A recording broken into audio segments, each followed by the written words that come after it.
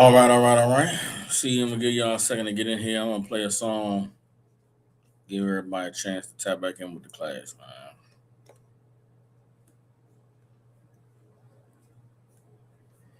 Give everybody a chance to tap back in with the class. All right.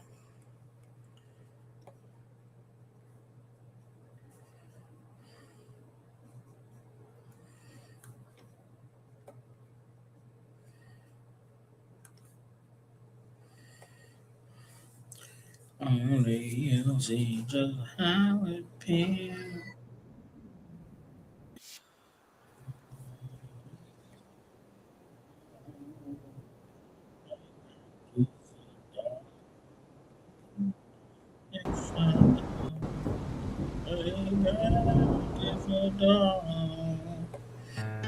One West till they bury me.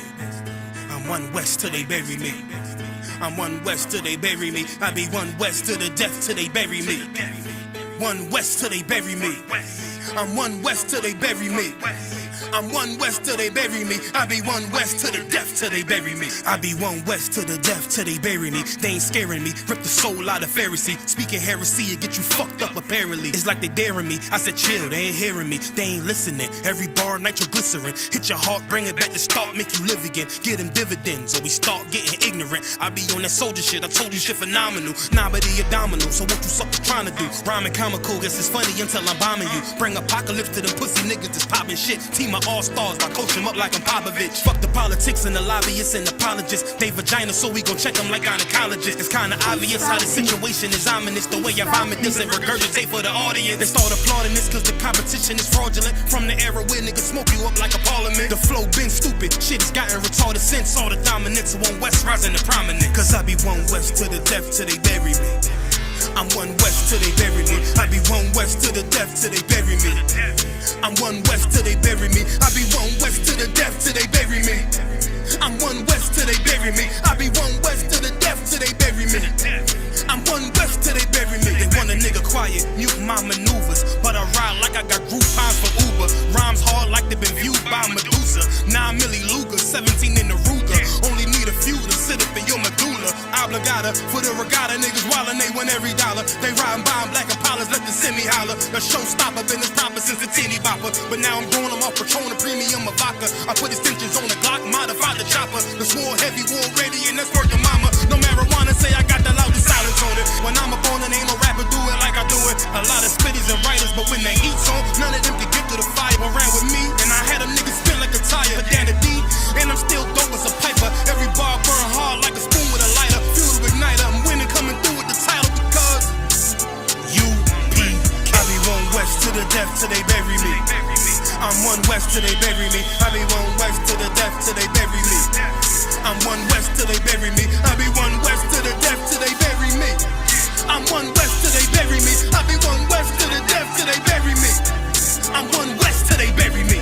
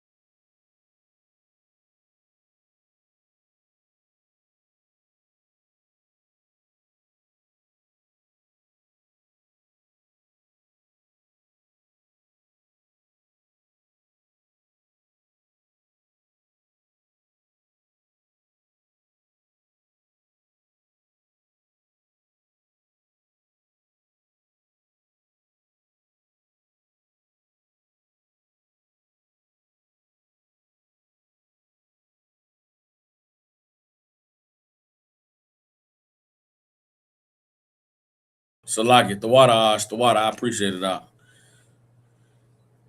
Having a rough time getting this class off the ground, y'all. Started the class on time. Did the announcements. The internet dropped. The computer went down. I had to start over, and I just did the announcements again with no sound. Let me run through it one more time. Shalom. You live with the Israelite School of Universal Practical Knowledge. Priest and Captain Soccer War holding down the class live from Memphis, Tennessee. Every Tuesday, Wednesday, and Thursday, we have classes here in Memphis from 6 to 8 p.m. Central Standard Time. All you brothers and sisters out there, if you got family, loved ones, people you care about in the Memphis, Tennessee, and surrounding areas, get them in contact with the Israelite School of Universal Practical Knowledge. Since 1969, we have been teaching so-called blacks, Hispanics, and Native Indians the truth according to the Bible. What is the truth? The truth is that so-called blacks, Hispanics, and Native Indians descend from the greatest people that have ever walked the face of the earth. The Bible identifies us as the lost 12 tribes of the nation of Israel. And in the year 2026, there is nothing more important than for God's chosen people to learn the truth of who we are, where we come from, and what our purpose is on this earth.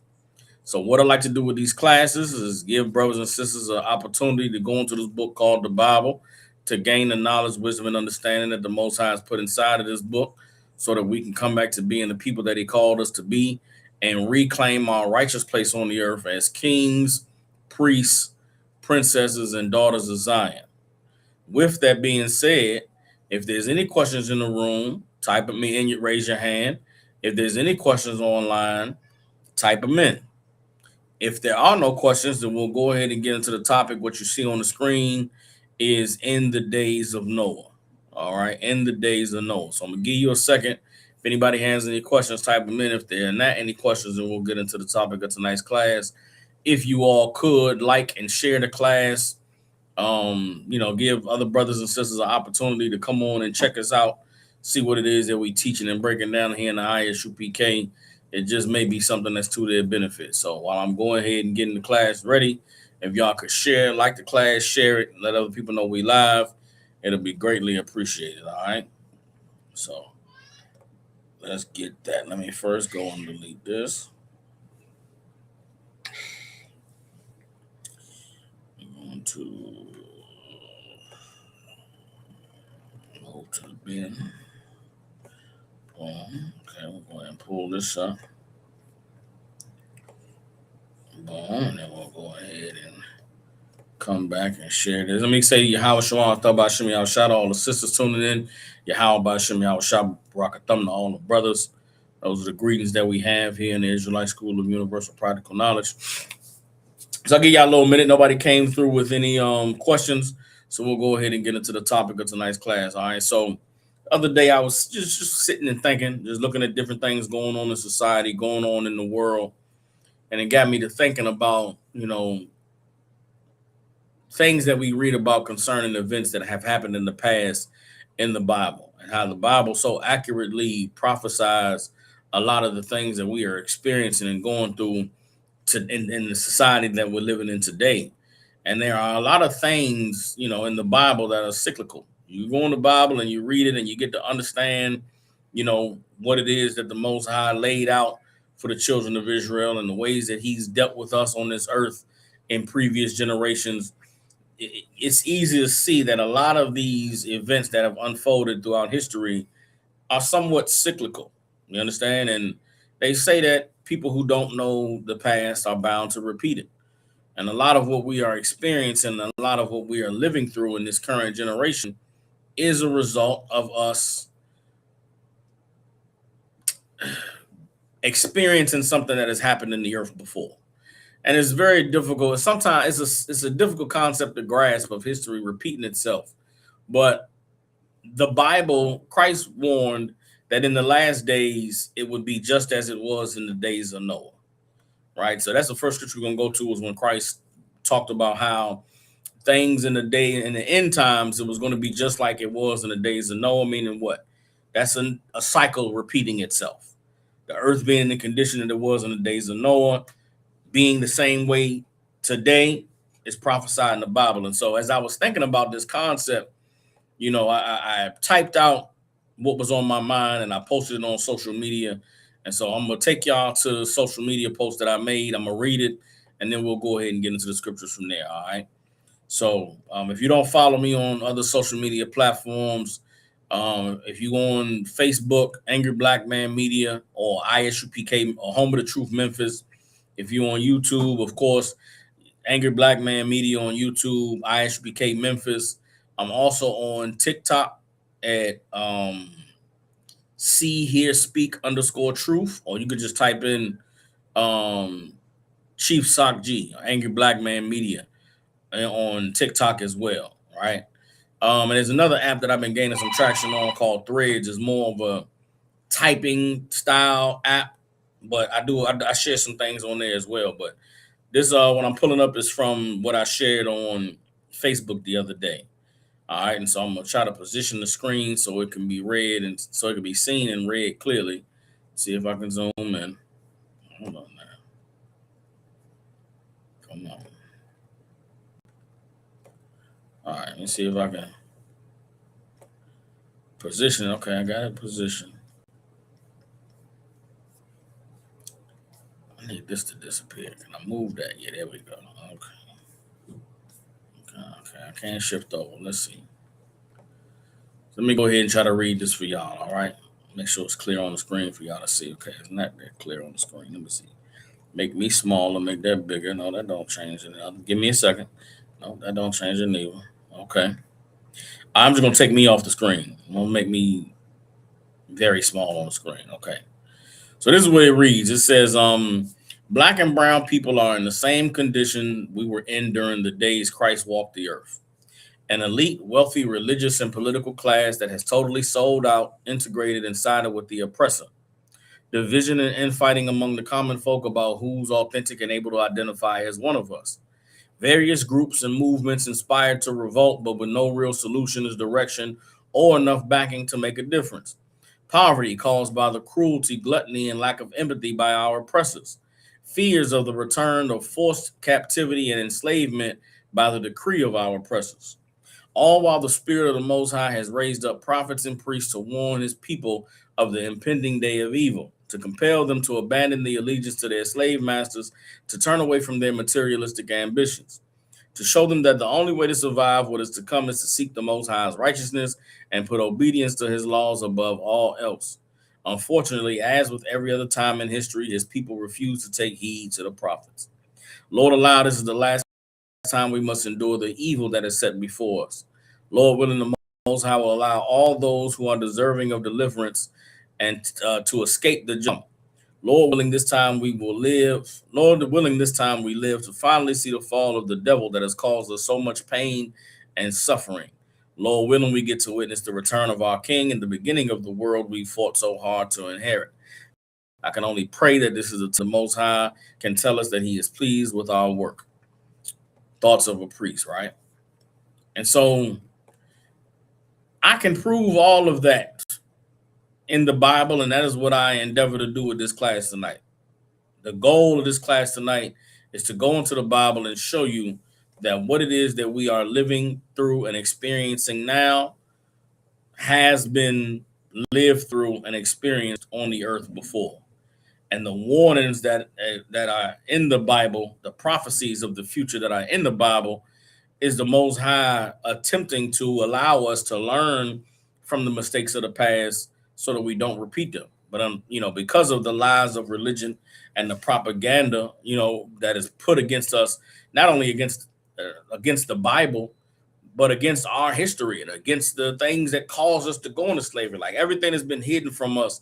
All the lies that we have been told has been a concerted effort by our oppressors to keep us from knowing the truth, to keep us from seeing what it is that God warned us about and the things that we've done in the past and mistakes that we've made that landed us in the positions that we found ourselves in the past. Like in this time that we're in now, there's no excuses. There's no reason for anybody who the Lord is trying to wake up, that the Lord wants to hear the truth, that the Lord wants to be delivered from the evil of this society. There's no excuses now. We have the internet, we have social media, we have all of these different outlets and platforms where the truth can be expounded, where brothers and sisters can ask questions. I teach these classes 3 nights out of the week. There's other classes going on in the ISUPK 7 days a week. We on all these different platforms. There's no excuse for anybody who's trying to learn the truth to not learn the truth, which to me signals that we are in the time that Christ warned about. We are in the days of Noah. You understand? And it's very similar to the days that Christ walked the earth. So we're going to go ahead and go into the Bible and get a breakdown of what it means to be living in the days of Noah. What are some of the things that we can see are, happening in today's society, that happened in the society that Noah was living in, that happened in the society that Christ was living in, and just really get some understanding of the magnitude of the opportunity the Lord has afforded us to be able to learn the truth, understand the truth, and change our lives in this day and age. Everybody understands? All right, so let me go ahead and get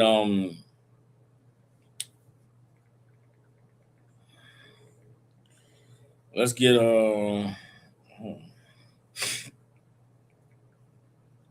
Matthew chapter 24, verse 38. You understand? Matthew chapter 24, verse 38.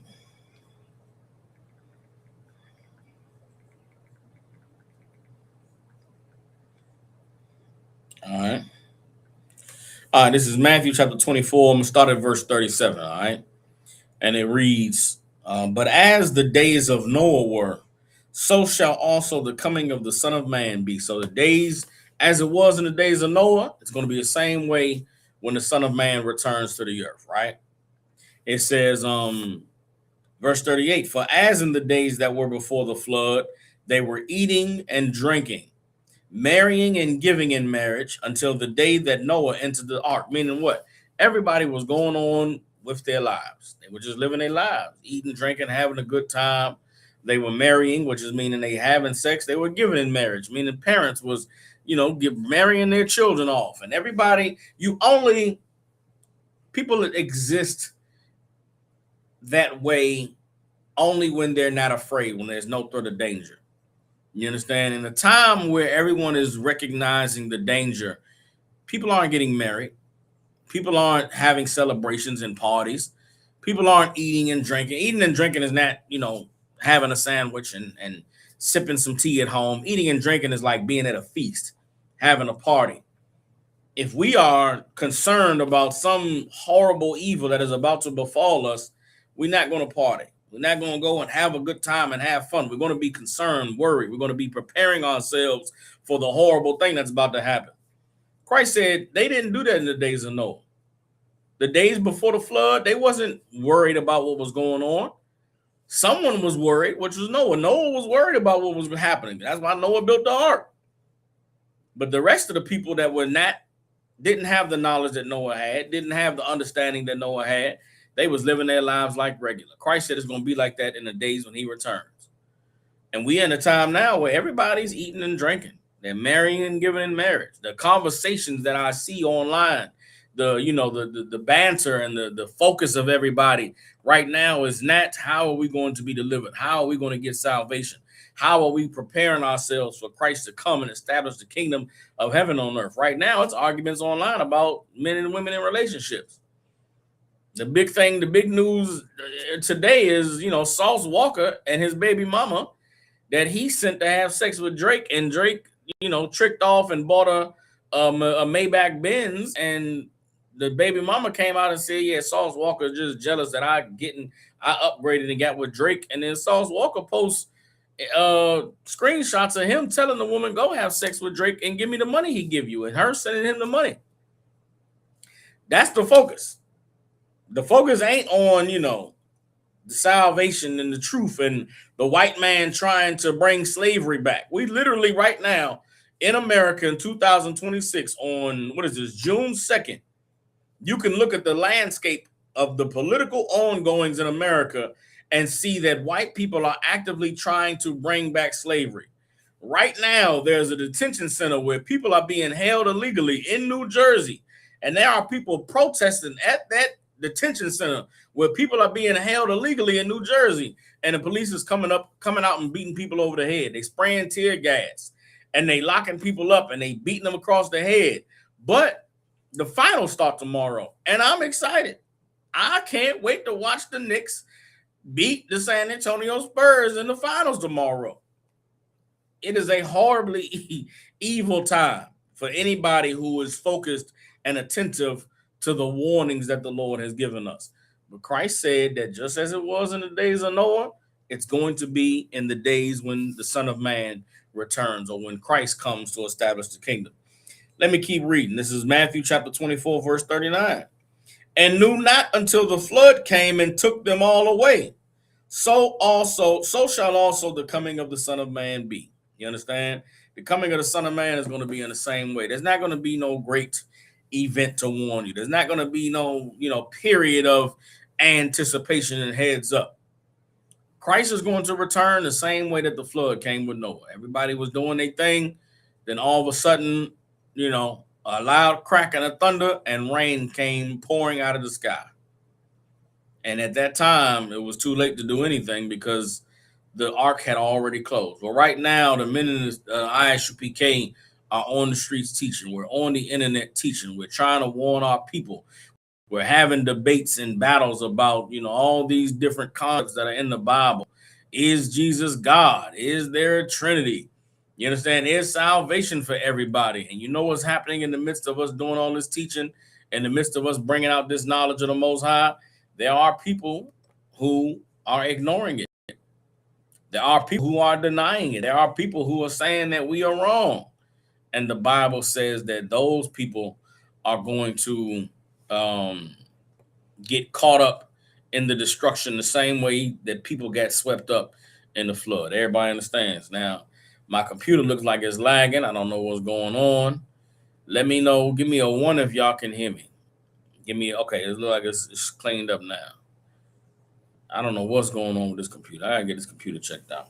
Right. All right. So that's what Christ said.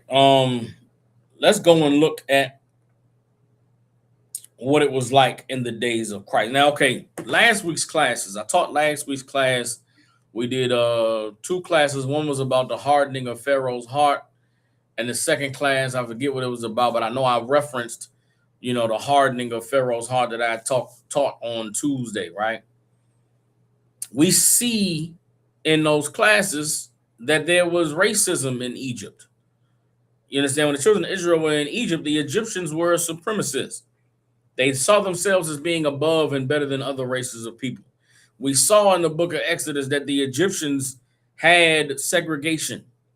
They segregated themselves from other nations. They wouldn't eat meals and wouldn't have any dealings with the Hebrews. And that's very similar to what we see taking place with. We have suffered from white supremacy. We have suffered from the segregation of our oppressors. And rather than learning the lessons that God showed us in Exodus and following the example that Joseph gave to his brothers and sisters because of Christianity and these different religions, we have not done what the children of Israel did to get free in Egypt.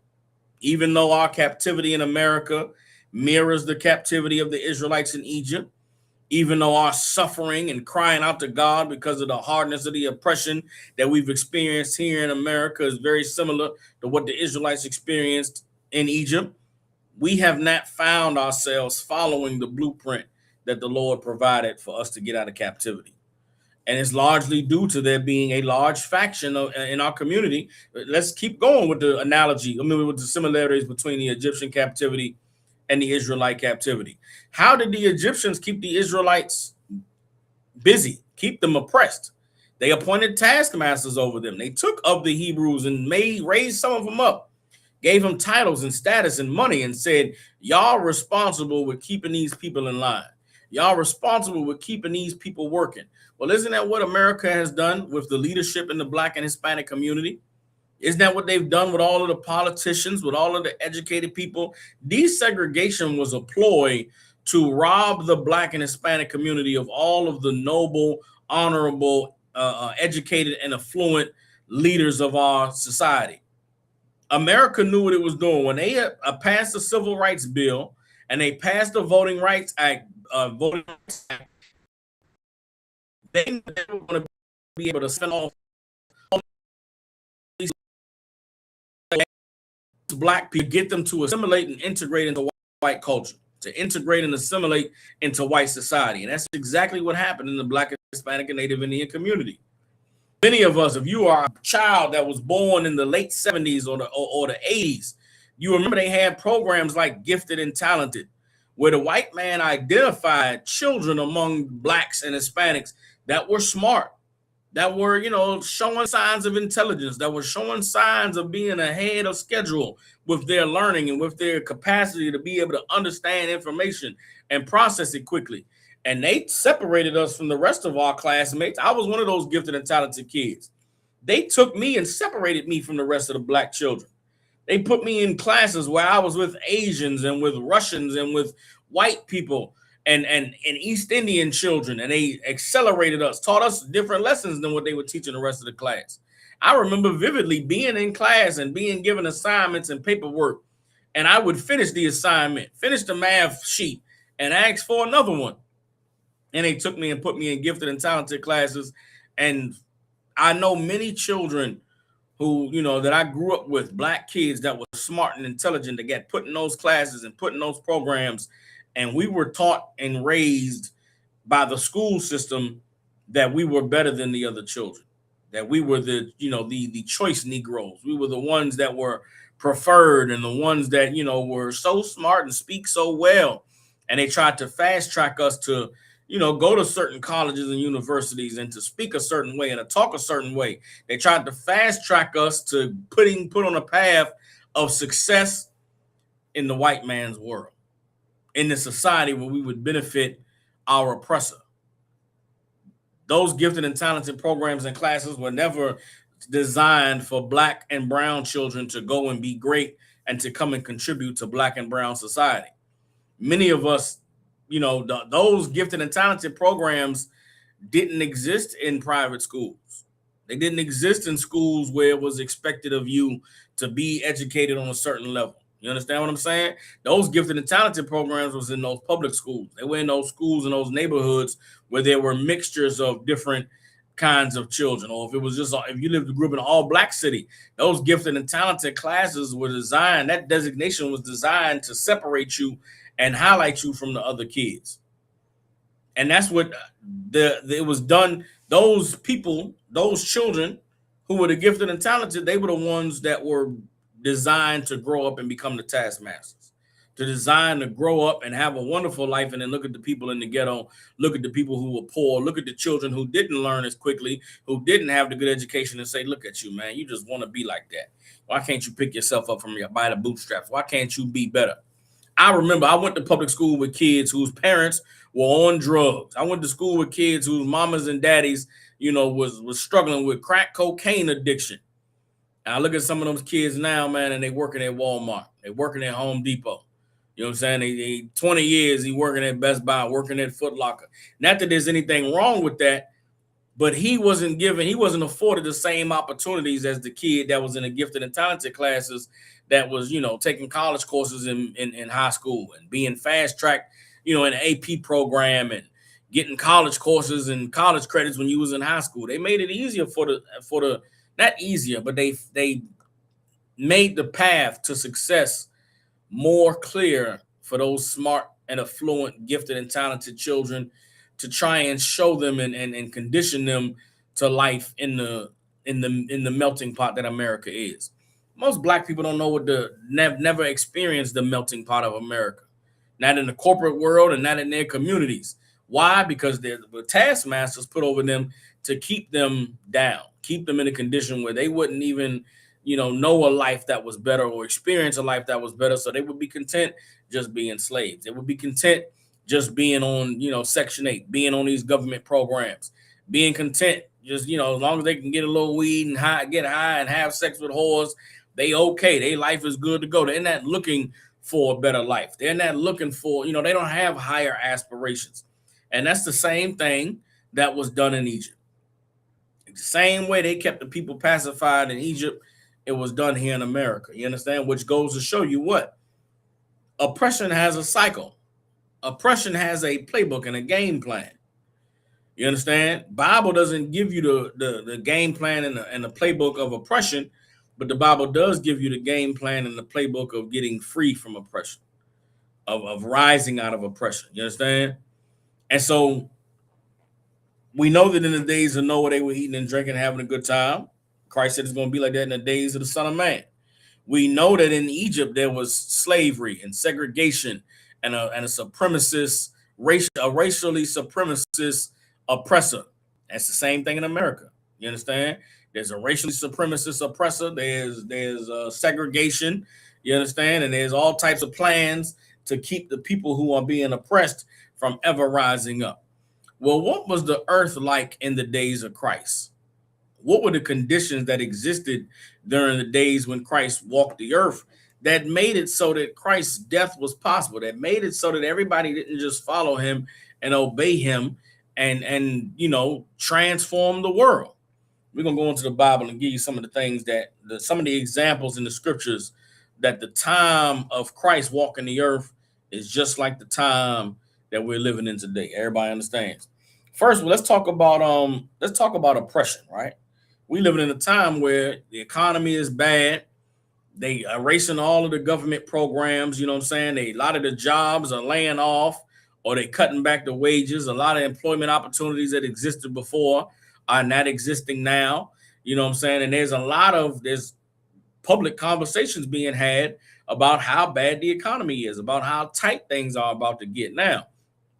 If you just go back to the 80s, what we are about to experience in America today is what our parents and grandparents experienced during what they call the Reaganomics era, during the Reagan administration. Reagan became president in 1984, I want to say. 1984, 80. I think Reagan was president in 80 and 84. Well, when Reagan became president, it was the Republicans getting back in office. They tried to erase the progress that the Voting Rights Act made. They tried to erase the progress that Black people were having, getting good jobs and working in factories and being assimilated into white society and white culture. And during the days of the Reagan administration, they started cutting off Black people. You understand? And it's what that time period, they experienced what they call Reaganomics in history. Well, Reaganomics coincided with a great period of inflation with the money. A lot of jobs was rolling back. Factories were shutting down. They started to make deals and ship jobs overseas to China and ship jobs to Mexico and Canada. A lot of the things that took away the Black industrial factories in the Black community happened during the Reagan administration. And if you talk to Black people who lived through it, they'll tell you, man, money was tight back then. A lot of us, I was born in the 80s, right? And I grew up, and I know many people grew up this way. I grew up in a house where there was my grandparents, there were my 4 uncles, my mother, my great-grandmother, and myself. You understand? I think I just named 12 people in the house. Grandparents, 2 of them, my 4 uncles, that's 6. My mom, that's 7. My grandmother, that's 8. And me, that's 9. 9 people and this was an apartment, right? I'm thinking of some of the other families that I knew that lived in this apartment building. And it was everybody, so long story, let me just stay with my family. It was 9 of us in a 4-bedroom apartment. It was a huge ass apartment, though. I don't even know if my situation even counts. But what I'm saying is, it wasn't that strange for all of us to live in this apartment. It was like a normal thing. Now, we live in a time today where, as time has gone on, people have been able to spread out and move around, and everybody have their own house and have their own apartment and have their own spot they living in. And we've all gotten accustomed to and comfortable with having our own space. Well, guess what? The reason why all them people lived in that apartment I grew up in is because they did not have money to go somewhere else and live somewhere else. They didn't have no money to, get their own place. As I'm thinking about it, when we did leave that apartment where everybody lived together there with my grandparents, I think everybody moved out. Only people that moved out moved in with they moved in with women. 2 of my uncles went and got got married or got with some chicks they was with. One of my uncles moved to Cali. He was hustling, and another uncle moved in with my aunt. Me and my mom went and moved in with my aunt. She was on Section 8. And we lived there, and it was, made it work until hell. Me and my mother didn't even move out. We ended up moving into an auntie's house. We moved into a house in DC with an aunt that was there. We never had our own place. It was never a point in my family, in my life, that I've known that, there was 5 or 6 people paying their own separate rent and having their own separate mortgage. It just wasn't something that I ever experienced. And I'm thinking of families of people that I knew with big families like I had. They still just all stayed together. You understand? Now, we had a time in this as I grew up. The expectation as a man was you grow up and you get your own place. You have your own spot. Your parents have their place, and you buy a house and you do this and that. But with all of the things that have happened in society, with all the economic oppression we've experienced, it's too expensive now. If you are from a family of 5, it's you and 2 brothers and 2 sisters, and everybody has their own families. Unless everybody in that house is working and contributing, it's damn near not enough. You're not making enough money for just you and your family to have your own place. You understand? We in a time now where it's 5 of y'all in a family, and 2 of y'all single, 3 of y'all married. We're gonna have to get back to, hey man, you and your family and your kids come and live with us, and we'll just all 4 of us, meaning the 2 grown men and the 2 grown women, we'll put our money together and pay for this 4-bedroom house. And hell, if you and your woman got 3 kids, your 3 kids got to share a room. Me and my woman with our 2 kids, our 2 kids will have a room, and we'll each have our own room. So it's 2 families living in a 4-bedroom house. It's 3 kids in a room, and man, and you know what I'm saying? Like, we in a time where the economic oppression is getting to where families gonna have to come back together. We're gonna have to get back to surviving and living comfortably, being uncomfortable, because what's happening economically is another cycle of what took place 30, 40 years ago with Reagan. Now, I'm using the example of the economic, downturn that society is taking to show you that a lot of the things that we experience in today, it's a cycle of things that happened just 40 years ago. If you go 40 years ago from 1980, what was going on? 40 years from 1980, let's just say 1986. It's 2026. 1986 was Reaganomics. You go 40 years before that, it was the end of World War II. Which in America, that meant an economic boom because of the Industrial Revolution, but that was 10 years removed from the Great Depression. The Great Depression was in the 20s and the 30s. So people was suffering then. And you could track this thing and go back and understand the cycles that the different generations of people that have been on the earth have lived in. But let's go back 2,000 years from today. We're going to go back 2,000 years to the days of Christ, to what was going on in their society, being Israelites in Israel under Roman oppression, under Roman subjection. And we're going to look at the climate of the society of Christ's time and relate it to this climate of the society that we're living in today. Everybody understands? So let's go ahead and get it. Let me drop this. Let's get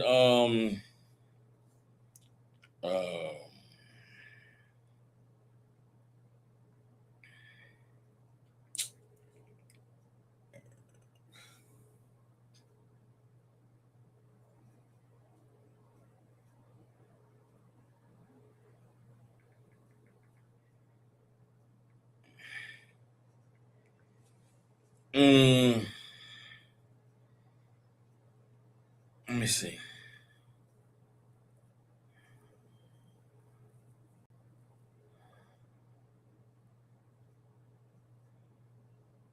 Let's get Matthew chapter 9. Let's get Matthew chapter 9.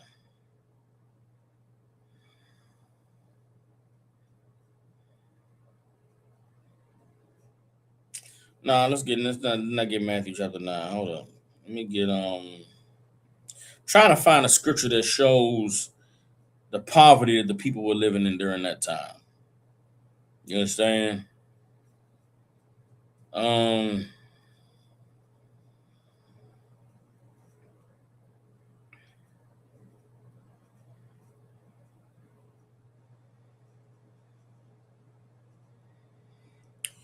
Okay, hold on.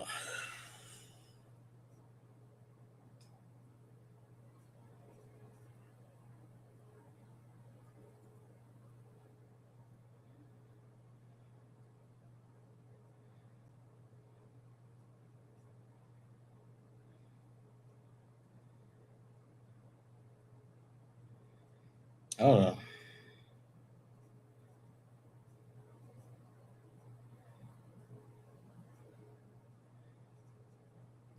No, not John. Hold on. Let me see something. All right, let me get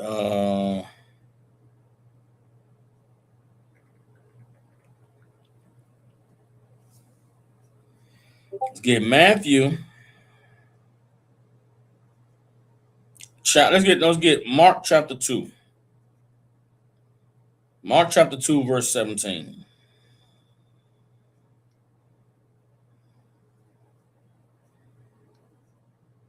Get Mark chapters 2, verse 17. All right.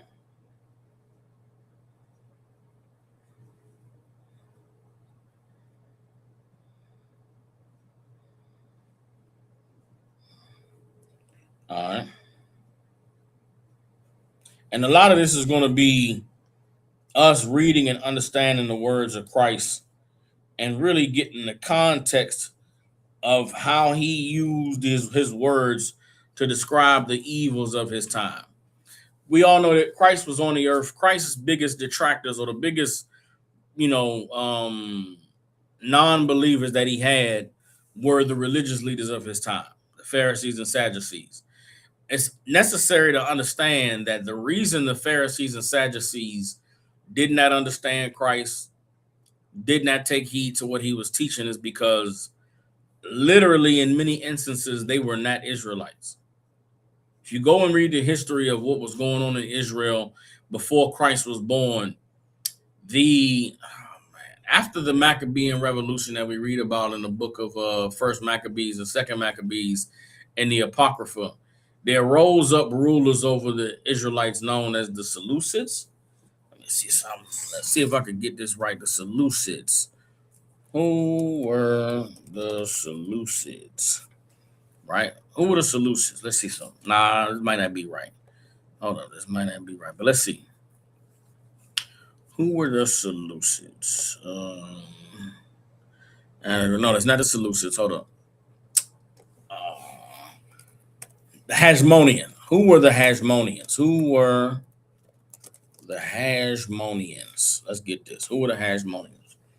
Okay, the Hasmoneans were the ruling dynasty of an independent Jewish kingdom in Judea during the Hellenistic and early Roman periods, roughly 141 to 37 BCE. Descended from the Maccabees, they led a successful revolt against the Seleucid Empire and restored Jewish sovereignty. You understand? So, in history, the period that we read about in First Maccabees and Second Maccabees is known as the Judean revolt against the Seleucid Empire. The Seleucids are who were in control during the days of First and Second Maccabees that the Israelites fought against and reclaimed Jerusalem from. They fought against the Seleucids and they won. Historically, the name of Judas Maccabeus and Titus and his sons and them who ended up taking back Jerusalem, they were known in history as the Hasmoneans. The Hasmoneans were a dynasty that reigned, I just read it, from roughly 141 to 37 BCE. Now, 37 BCE would have been close to 4 years before Christ was born, right? Which means what? The end of the Seleucid rule was a little bit before Christ was born. Now, what happened after the Seleucids were defeated? Let me see if I can read it here. It says, internal strife in the end. The dynasty's later years were marred by intense infighting and civil war. This instability allowed the Roman Republic, led by Pompey, to conquer Judea in 63 BCE. The dynasty officially ended in 37 when the Romans executed Antigonus, the last Hasmonean ruler, and installed Herod the Great on the throne. Now, let's see who was Herod the Great. Who was Herod the Great descended from? And this is important. This backdrop of Christ's time on the earth is necessary for you to really understand the battles in the New Testament between Christ and the Pharisees and Sadducees. All right. It says Herod the Great was not ethnically a Judean Jew. He was descended from Idumean and Nabatean Arab lineage. Who were the Idumeans in history? The Idumeans are Edomites. So Herod the Great, who was put in power over Israel a couple years before Christ was born, was not an Israelite. Which means what? A lot of the men that were in his court and that served him, they were also not Israelites. Everybody understands? Right before Christ was born, you have a leadership class in Israel that is not Israelites. When Herod ordered the death of all the firstborns after the wise men came because of the star in the sky told them of the birth of Christ, the reason why Herod was scared of the coming of the Messiah is because Herod knew that he was not an Israelite. So if there's a Messiah that comes, he's going to kill me and take over my rulership. That's why Herod orders the death of Christ in the New Testament, because he's not an Israelite. Everybody understands. And if Herod was not an Israelite, you can easily reason that a lot of the leadership would have also not been Israelites. They would have been of similar descent and put in positions of power the same way that Herod was put in a position of power. Let's read on further. It says, his father was Antipater the Idumean, a powerful high-ranking official. The Idumeans were historically linked to the Edomites, traditionally viewed as descendants of Jacob's brother Esau around 125 BCE. The Hashmonean ruler John Hyrcanus conquered Idumea and forcibly converted its population to Judaism. Because of this, Herod's paternal line practiced Judaism, but many Jews still considered themselves half Jews. So here we have 100 years before Christ was born, Edomites was conquered and forced to serve the God of Israel, which made them identify as Jews, even though bloodline, ethnically, they were not. Everybody understands. Let's keep reading. It says strategic Hashmonean marriages. Though Herod was not descended from the Hashmoneans by blood, he recognized that he lacked royal Jewish legitimacy. To bridge this gap and solidify his claim to the throne, he famously married the Hashmonean princess Mariamne, the granddaughter of Hashmonean high priest Hyrcanus II. Consequently, while Herod himself was not a Hashmonean descendant, his children from this marriage carried the bloodline of both families. Everybody understands? So let's see. So that's that. It's important to know that the leadership class during the days of Christ walking the earth were not Israelites. So a lot of Christ's battles with the Pharisees and Sadducees, a lot of Christ, you are your father, the devil. You must know that a lot of these people were not Israelites. They were devils. And Christ is saying, my sheep will hear my voice. Christ is saying, y'all can't hear me because y'all not even my people. Y'all not even of our bloodline.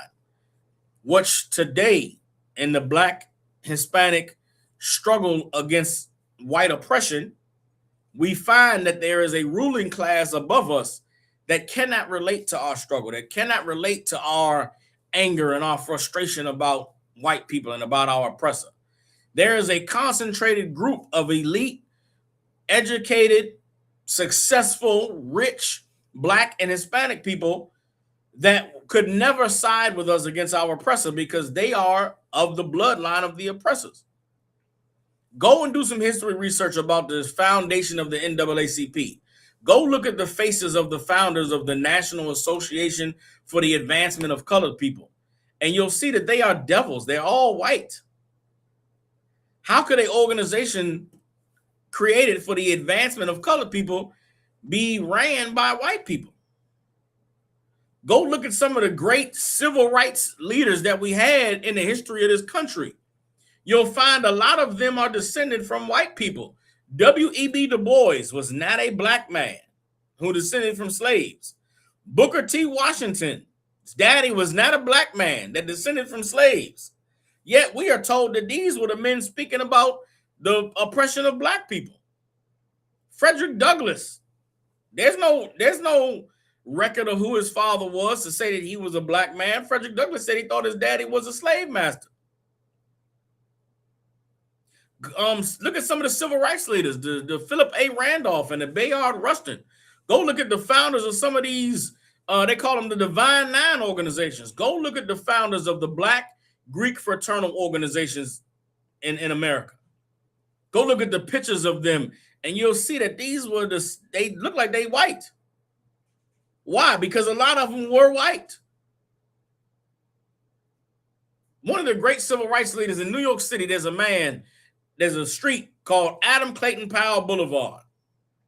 Adam Clayton Powell is hailed as a great civil rights orator, meaning he spoke well about the plight of black people and encouraged black people to stand up. Adam Clayton Powell's daddy was a devil, a white man who was a Baptist preacher in Harlem, New York, but he was not our people. I'll tell you who else wasn't our people. What's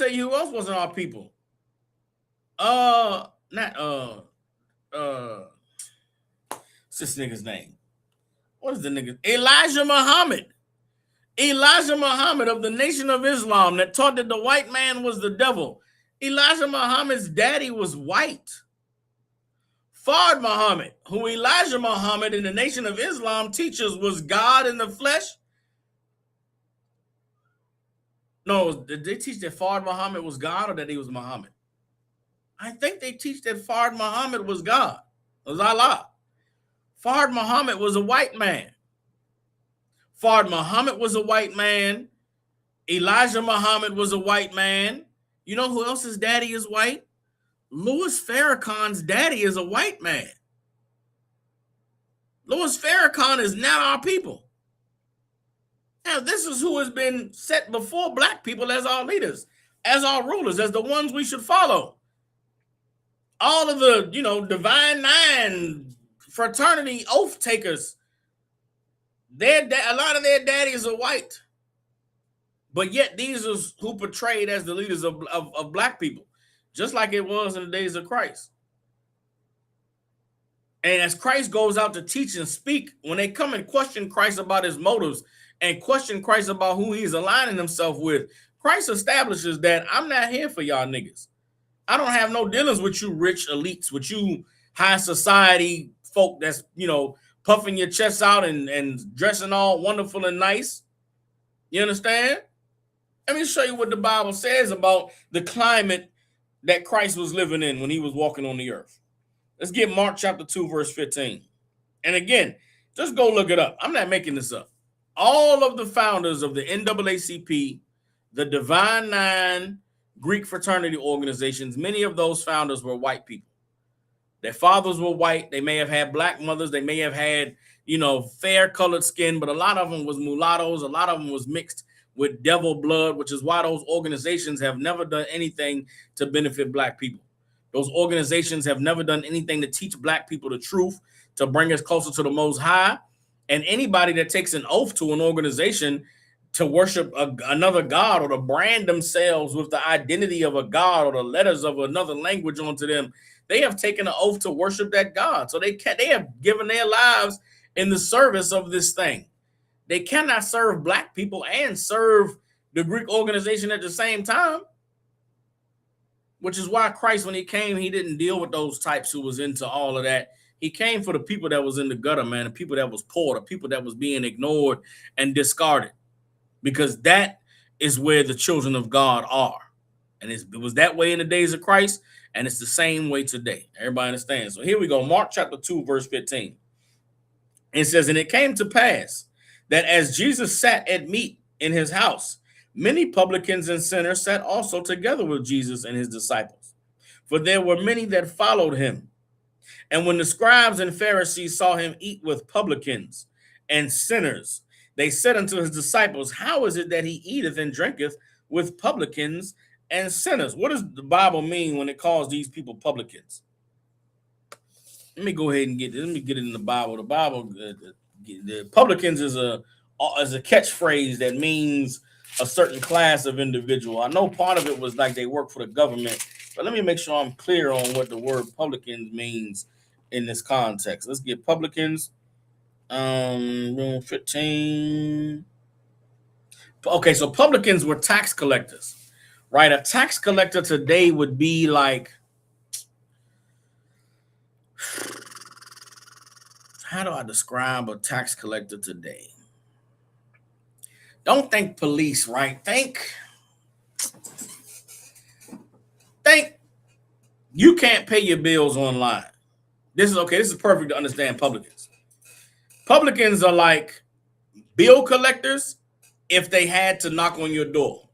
imagine how hated someone would be if they lived in your neighborhood and their job, their 9 to 5, in order to feed their family, in order to, take care of themselves and pay their bills.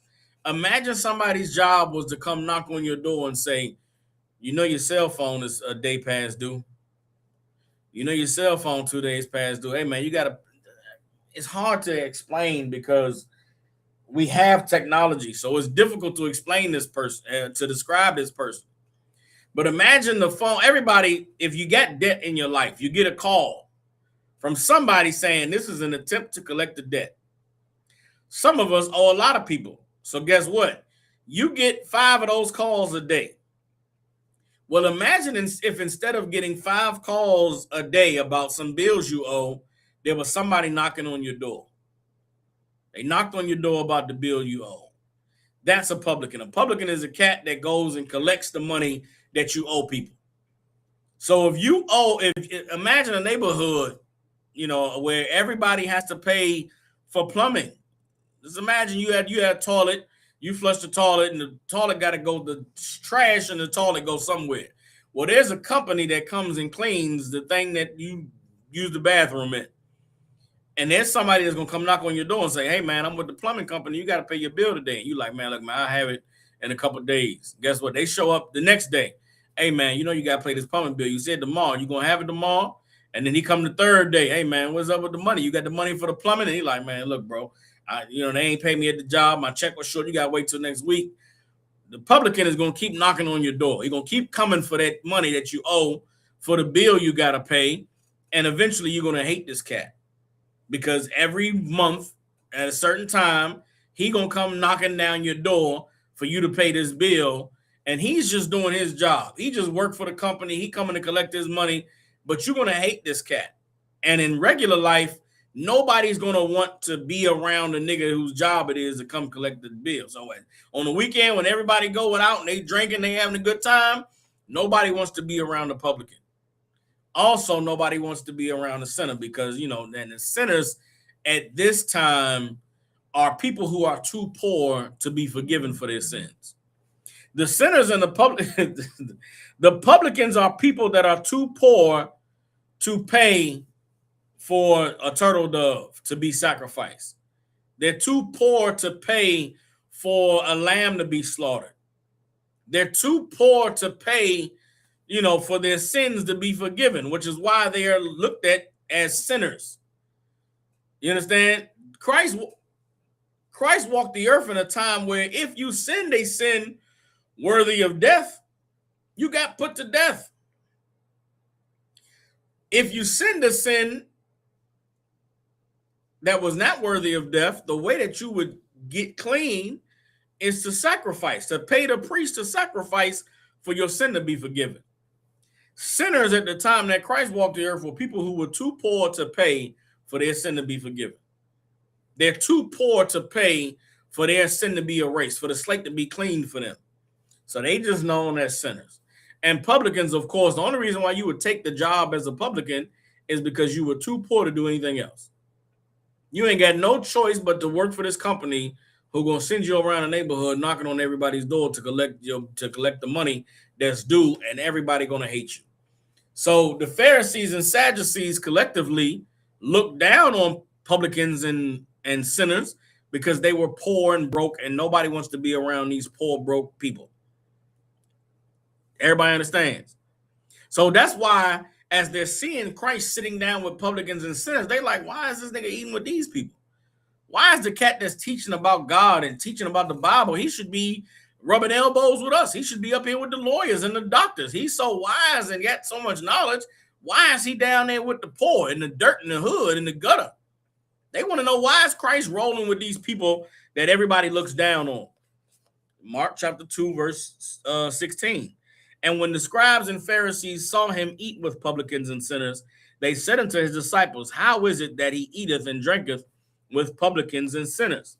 When Yahushua heard this, he said unto them, they that are whole have need of the physician.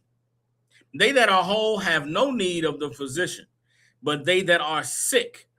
I came not to call the righteous, but sinners to repentance. Christ said, you all that are whole, you don't need a physician.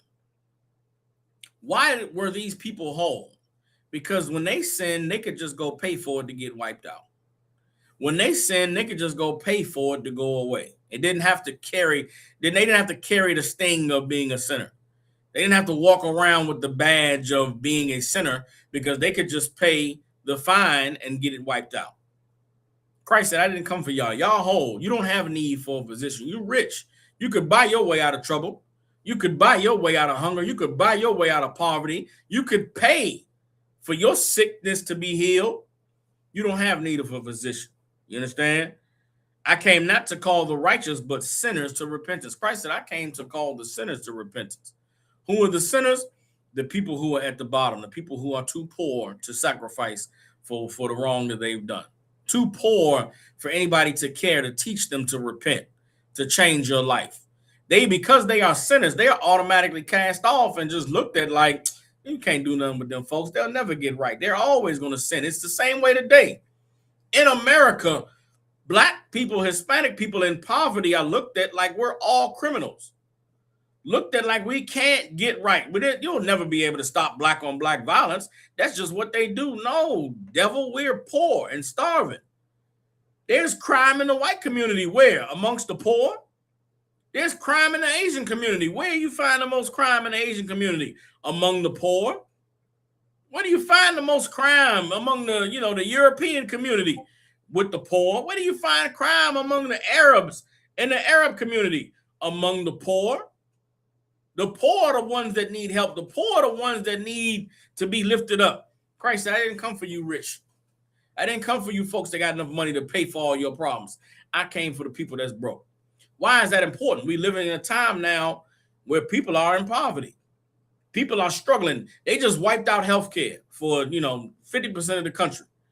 There's a lot of Black people. I grew up, I didn't even know what healthcare was. I don't know what healthcare is. There's a reason why, they put castor oil on a spoon and made the kids eat it so your bowel movement will be regular. We ain't got time to be taking you to no doctors.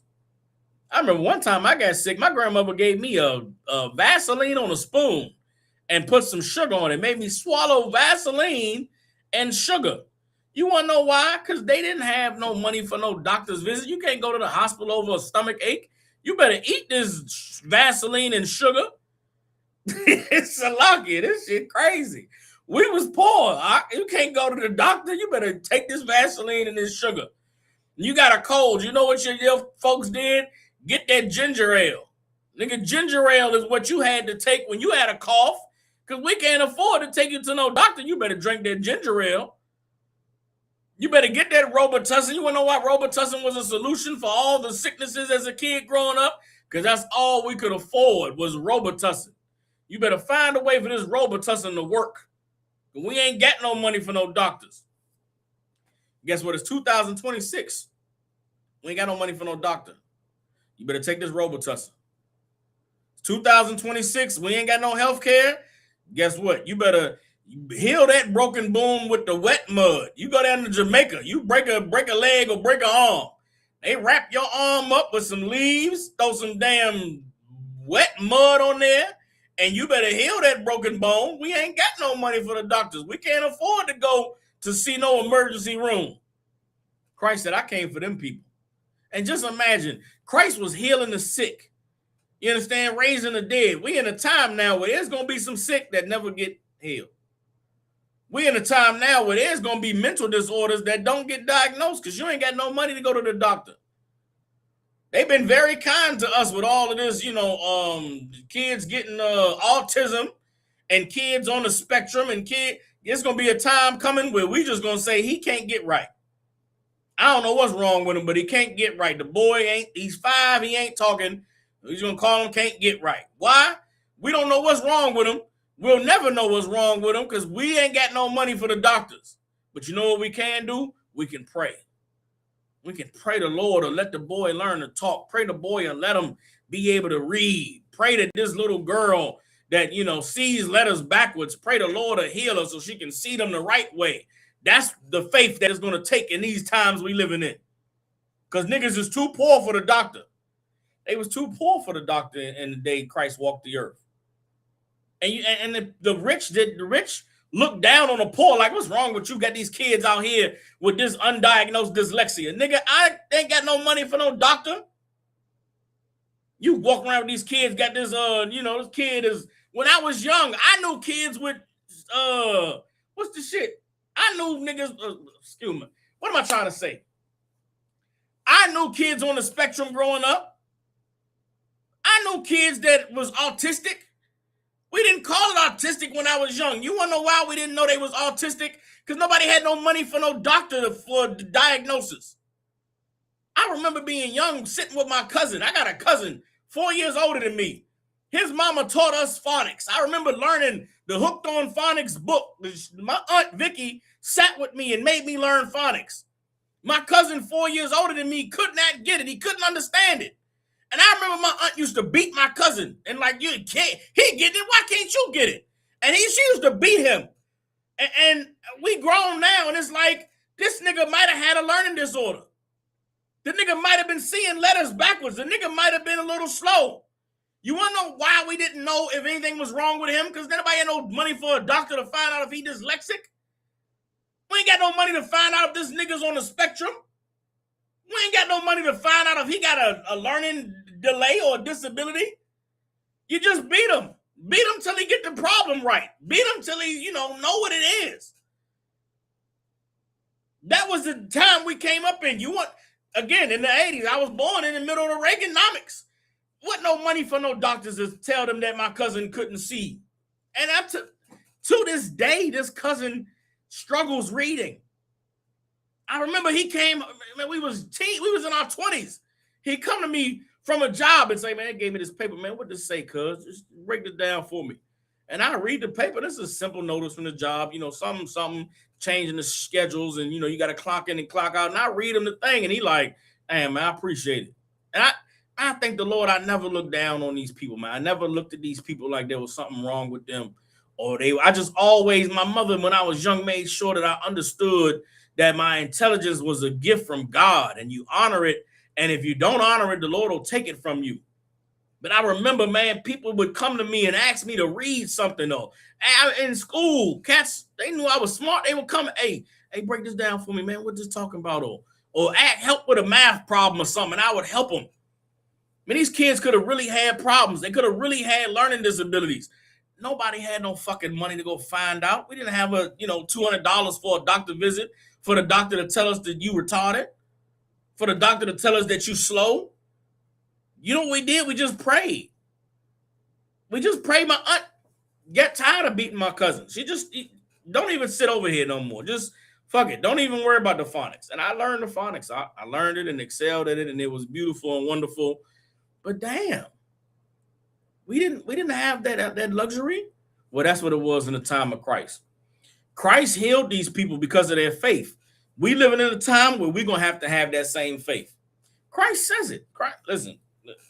Christ said the time was gonna come back around where people were gonna be too poor to get help, too poor to pay a doctor, too poor to be able to have somebody to come and care about them, and they were gonna have to lean on their faith. They were gonna have to trust in the Lord to be healed, trust in God, to be delivered. And we in that time again. Let's drop this. Let's get on. Let's drop. That was Mark chapter 2, verse 15 to 17. Let's get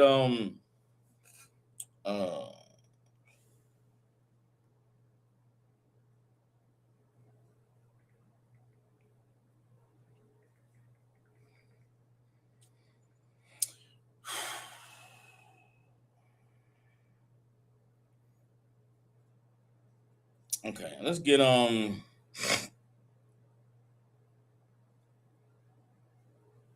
right, hold on.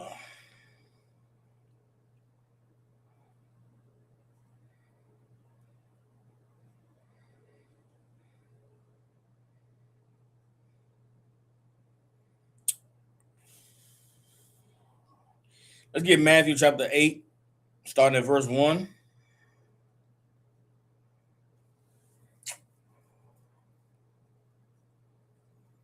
Oh, no, not that.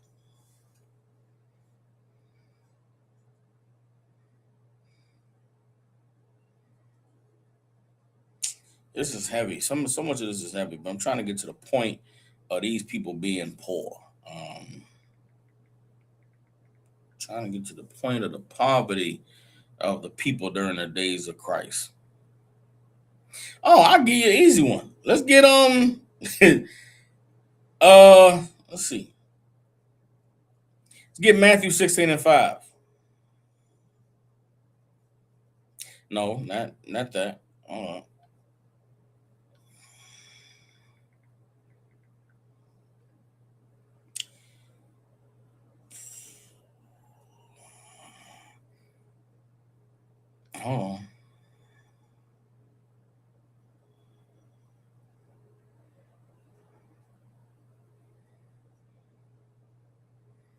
Hold on.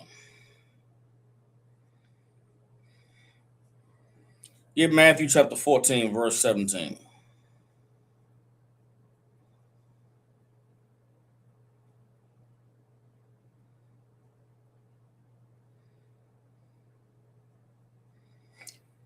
All right. Matthew 14 and 14. Matthew 14 and 14. Get Matthew 14 and 14.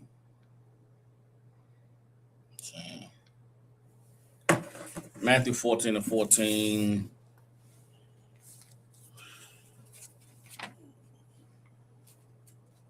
And being in, growing up in church is so evil that you miss all of the context of these scriptures in church, because the church wants to focus so much on prosperity and focus so much on, God can do all things, that they forget to recognize that there are some people in this world that are poor, that need to be delivered. They need the men of God to deliver them from their poverty. They don't need men of God to tell them nice words and to tell them things that make them feel better. They need men of God to be there in the struggle with them, be in the midst of the hardship with them, to go through the hell that they are going through with them. If you are a preacher out there, somebody that say you believe in God and you live in some rich, wonderful, illustrious life, and you don't give to the people that believe, you don't serve the people that are hungry and that are thirsty, that are too poor to afford the things that they need, and you don't give it to them, you're an evil bastard, man. You're disgusting. I thank the Lord for the ISUPK. And here, those who do the will of the Father, they taken care of, man.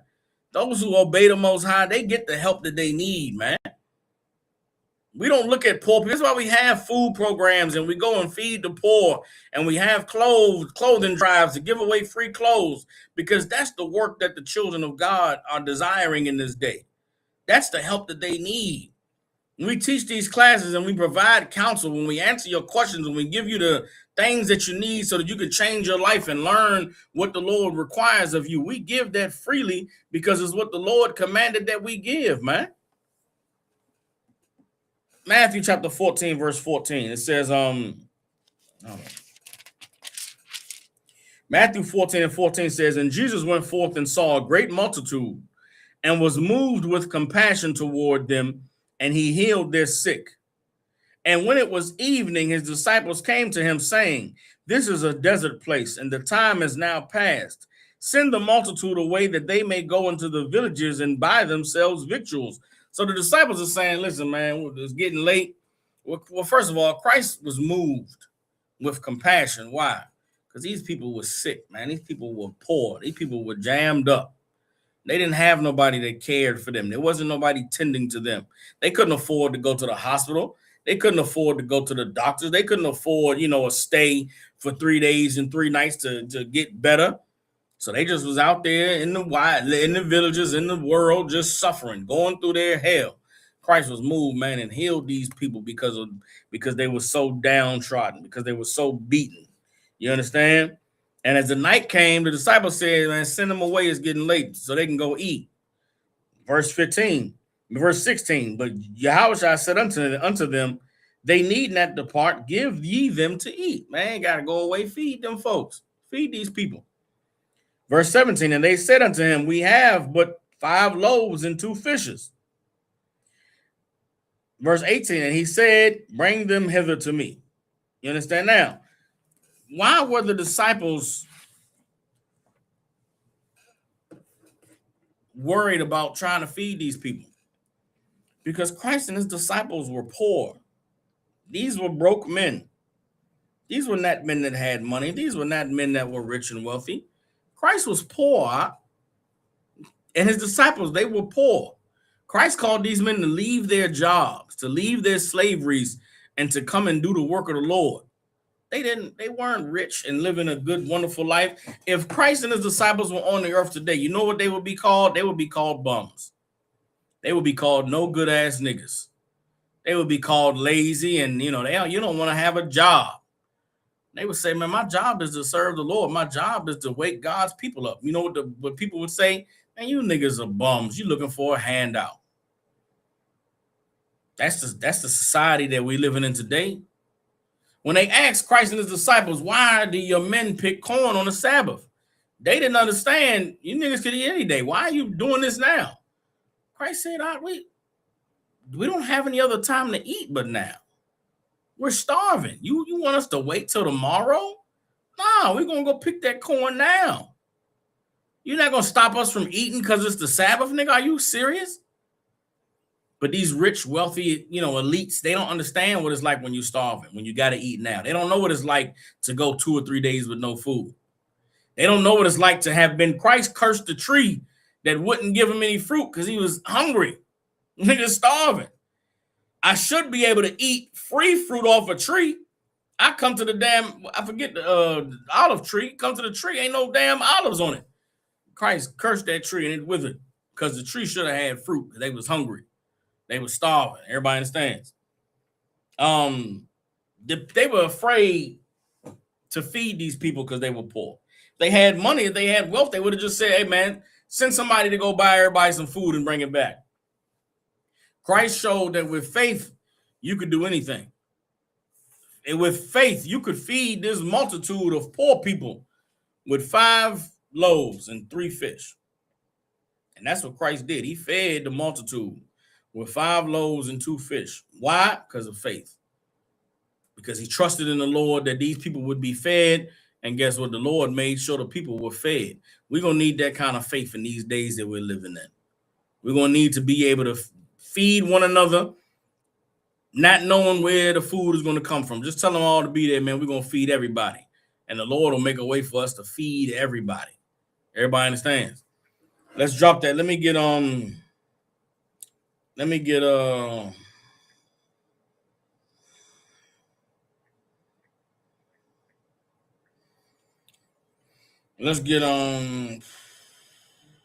hold on.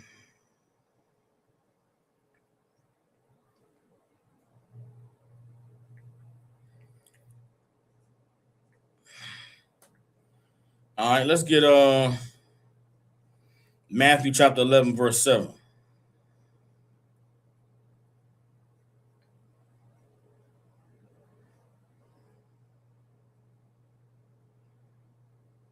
No, let's get Luke chapter 7, verse 24.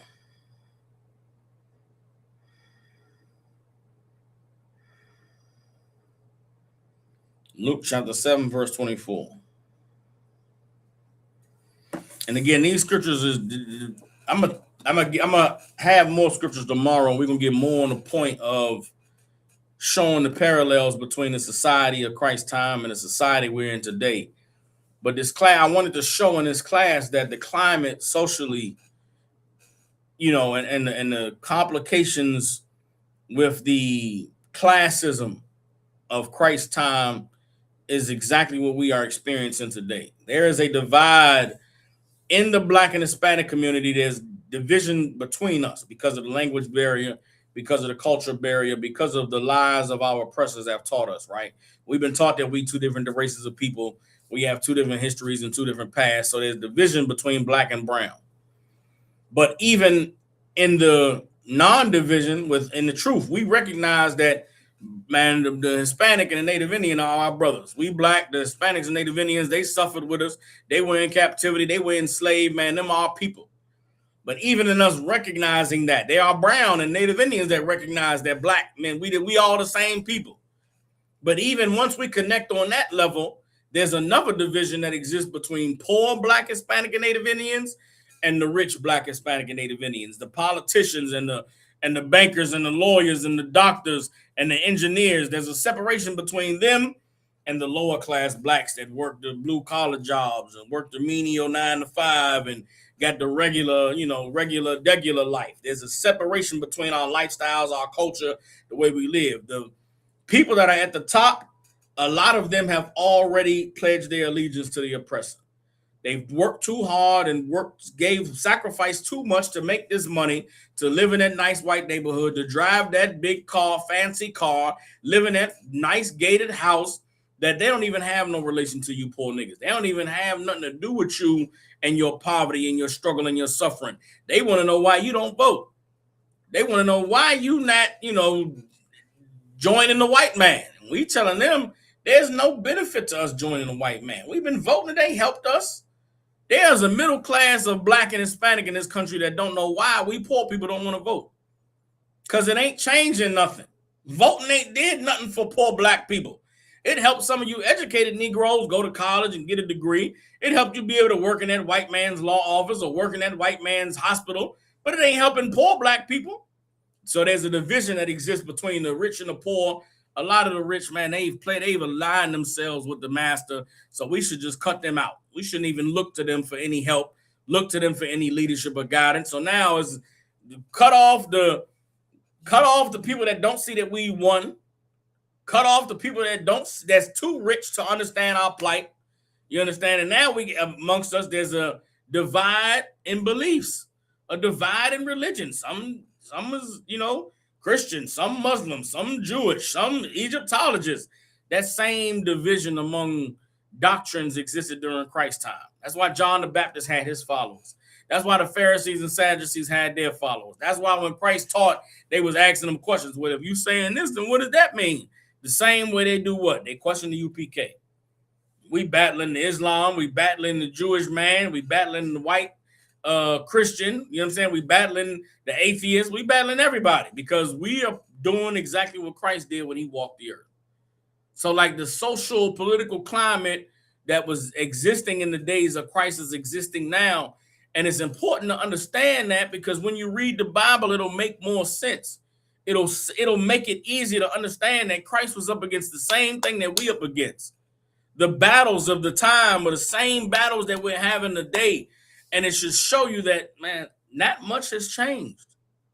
Not only has much not changed, but the same way Christ walked the earth and then died and the planet didn't stop spinning, we in this time now where things are getting horrible and worse. And guess what? The planet ain't going to stop spinning. The world is not going to grind to a halt because the righteous men and women of God are being oppressed. The earth is not going to grind to a halt because the white man trying to put Black people back in slavery. So in seeing all these things unfolding that the Bible tells us have unfolded in times past, what can we do to make sure that we don't suffer the same fate of previous generations? And we got to do what Christ and his disciples did, which is come back to the Most High and obey him. Keep his law, statutes, and commandments. Be the people he called us to be so he could deliver us like he delivered us out of Egypt. He's promised to deliver us. He's promised that a time was going to come when the deliverance that God has of his children out of the land of the north is going to be greater than the deliverance he had of his children out of the land of Egypt. And we should be working hard to prove to the Lord that that time should be now. It shouldn't have to be another cycle of this evil. It shouldn't have to be a continuation of the wickedness. I pray that my daughter's generation doesn't have to grow up in the world of the white man. pray that my daughter's generation can grow up in the kingdom because we've done a work that's worthy of the Lord saying, send my son, send their king to deliver them. Everybody understands? Sister Anaya says, Salaki, so when Christ reminds the Pharisees of David and the bread, can that also be used for cooking on the Sabbath, or is it strictly about him eating bread for priests? It could be. It's definitely not for cooking on the Sabbath because that wasn't a sin. Cooking on the Sabbath wasn't a sin. Lighting a fire for someone, it was a sin to cook on the Sabbath if your job was being a cook. If your job was to be a personal chef for somebody, or you worked at a restaurant making sandwiches and cooking meals, then it was unlawful to cook on the Sabbath. Lighting a fire is not unlawful on the Sabbath. It's not unlawful to turn on the lights, to light the stove. It's not unlawful to bake a cake if you're doing it for fun. Doing it is something you like to do. The Sabbath was made for man. Christ was explaining to them, you niggas don't know the law. You understand? We are priests that serve the Lord. The priest can eat the showbread. David ate the showbread. Why? Because David was on the run. David was doing the work of the Lord. That's why he ate the showbread. So you understand, sis? She said, come. So it's a little different, all right? Let's get back to the scriptures, and I'm going to wrap up the class today, and we'll get back to it tomorrow, finish the breakdown. This is Luke chapter 7, verse 24. It says, and when the messengers of John were departed, he began to speak unto the people concerning John. What went ye out into the wilderness for to see? Now, where was John teaching? John was teaching in the wilderness. You know where John was not teaching? John the Baptist was not teaching in the synagogue. John the Baptist was not teaching in the church. John the Baptist wasn't even teaching in the town square. John the Baptist wasn't teaching in the city where the people were. John was out in the wild, in the wilderness, in the country, in the backwoods teaching. The news of John baptizing in the Jordan River spread into the city. It spread into the high society, the places where the rich men were. But John was in the wilderness. John the Baptist, Christ about to break it down, what type of man John the Baptist was. Let's keep reading. Luke chapter 7, verse 24. And when the messengers of John departed, he began to speak unto the people concerning John. What went ye out into the wilderness to see? A reed shaking in the wind? Did you go to see a reed shaking in the wind?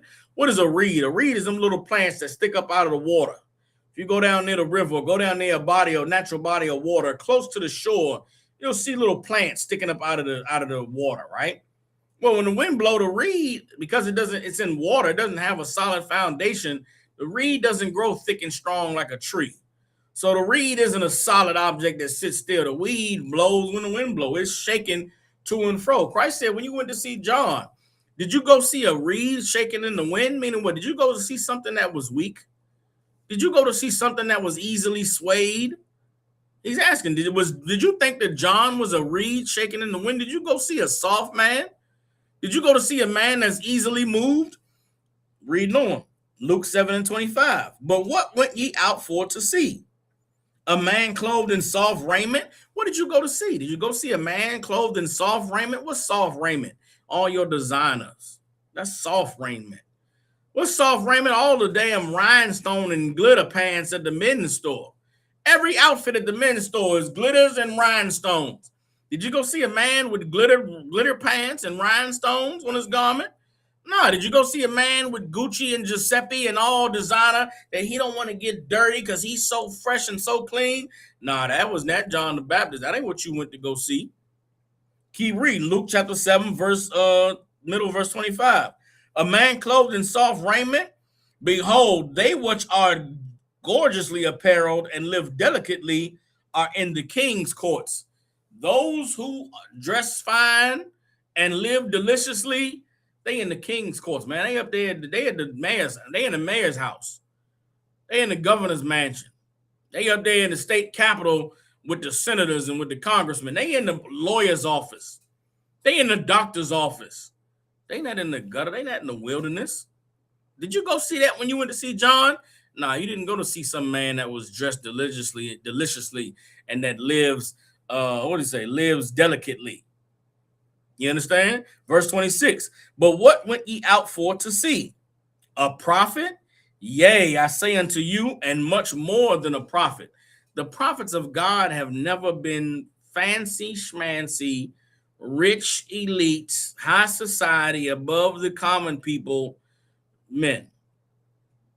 It's never been the prophets of God. The prophets of God were never rich and living deliciously and gloriously while the people suffered. Even Daniel, you read the book of Daniel, Daniel and Shadrach, Meshach, and Abednego were very smart, intelligent, well-respected Israelites living in the captivity under the Babylonians. Even they had jobs they had to show up to every day. Even they were pouring at the whims of their oppressor. Even though they was, they never turned their back on their people, is the point I'm making. They never were too rich to not respect the poor, to not acknowledge the suffering of the poor. Moses was raised in Pharaoh's house. Moses saw a Hebrew smite, an Egyptian smiting a Hebrew. He looked both ways. Moses laid that Egyptian in the dirt. These men were never afraid to give up their riches and their status and their high seat in society to abandon their people. John the Baptist could have lived deliciously, could have had a nice life. John the Baptist was in the wilderness, wearing camel's hair and eating honey. John the Baptist lived a wild life because that was the life of a prophet. Jesus Christ did the same thing. A lot of people say, where was Christ from the time he was 12 to the time he was 30? Slaving. That's what Jesus was at. He was slaving. He was living a regular life. There was nothing to talk about in those years because he was just some regular guy. Then the Lord woke him up, you understand? And he understood his purpose, understood his mission. And at the age of 30, he began to go and do his thing. He began to go and teach and let the Lord use him. Everybody understands. That's the life of a prophet. You understand? That's the life of a man chosen by the Lord. It's not an easy life. Reading on, this is Luke 7:27. This is he of whom it is written, behold, I send my messenger before thy face, which shall prepare thy way before thee. Now, John the Baptist is out in the wilderness and he's teaching. John the Baptist is out in the wilderness and he's baptizing. Who is out there to hear John? Who is out there to, be a part of his ministry? If John is not living in the city, if John is not a rich man in the king's court, if John is not, rubbing elbows with the rich and the wealthy, then who is John teaching? Who's out there in the wilderness, away from the city, away from the king's court, away from, all the people that could afford to live nicely? It's the poor, the downtrodden. John the Baptist did not respect the high society. He didn't respect the rich niggas. Again, because John knew these ain't even our people. These niggas ain't even us. John, man, look. I could get into the death of John. I taught it in a class about 6 months ago. John got put to death behind a lap dance. A lap dance is the Bible records in the New Testament that a lap dance is responsible for the death of John the Baptist. And John the Baptist was put to death behind a lap dance because one of the king's brothers was a trick. The king's brother was a trick. He wanted this woman so bad, he paid her to divorce her husband and marry him. John the Baptist called it out. John the Baptist said, Priscilla, you a hoe. You a nasty bitch. You left your man to go be with this man because he the king's brother. You left your man to upgrade to a richer man. That's not allowed in our laws. That's not allowed in our culture. That's how I know you niggas ain't righteous. And that bitch had her daughter dance, get a king a lap dance at the wedding. I mean, at the wedding, just at a party. Get a king a lap dance on his birthday. The bitch Priscilla had her daughter give the king a lap dance on his birthday. And the king said, baby, you can have whatever you want. The bitch said, I want John the Baptist's head. And the king was like, damn, bitch, John the Baptist is one of they prophets. They love that man. And the king knew that bitch did that because her mother got offended because John the Baptist called that whole thing out. It's the same world we living in today. There's poor that the Lord has chosen, that the Lord is teaching, that the Lord is raising up. And there's rich who don't want to lose their power, don't want to lose their seat. That's what we'll get into tomorrow. We'll get into tomorrow. Tomorrow we'll get into the threat that Christ posed because of the other side of the opposition to Christ. We'll show you the mindset of the men on the other side. The men on the other side of Christ were deathly afraid that if Christ continued to teach, that if Christ's message continued to spread, that they would lose their authority, that they would lose their power being in subjection under the oppressor, and they was not going to give up their power. These politicians and these pastors, they are not going to give up authority over black people. These athletes and these entertainers, they are not going to give up their seat of power and influence over black people. The more that the truth spreads and the more that we come for everybody that follows them and looks up to them, the more that we're going to be hated. And it's important that we understand the lessons of Moses and the lessons of Noah and the lessons of Christ to know how to deal with these people when the time comes that they raise up against us. With that, clap it up. With the Israelite School of Universal Practical Knowledge out of 1 West 125th Street in Harlem, New York. Since 1969, we've been teaching so-called blacks, Hispanics, and Native Indians the truth according to the Bible. What is the truth? The truth is that so-called blacks, Hispanics, and Native Indians descend from the greatest people that have ever walked the face of the earth. The Bible identifies us as the lost 12 tribes of the nation of Israel. And in the year 2026, there's nothing more important than for God's chosen people to learn the truth of who we are, where we come from, and what our purpose is on the earth. What we like to do with these classes is give brothers and sisters an opportunity to go into this book called the Bible to gain the knowledge, wisdom, and understanding that the Most High has put inside of this book so that we can come back to being the people that he called us to be and to reclaim our righteous place on the earth as kings, priests, and princesses and daughters of Zion. With that being said, man, I appreciate y'all brothers for tuning in. Brothers and sisters for tuning in. Yahweh Hashem Yahweh Shabarak Atham to all the brothers. Yahweh Shema Atham Hashem Yahweh Shah to all the sisters. I'll see y'all for class tomorrow. Shalom.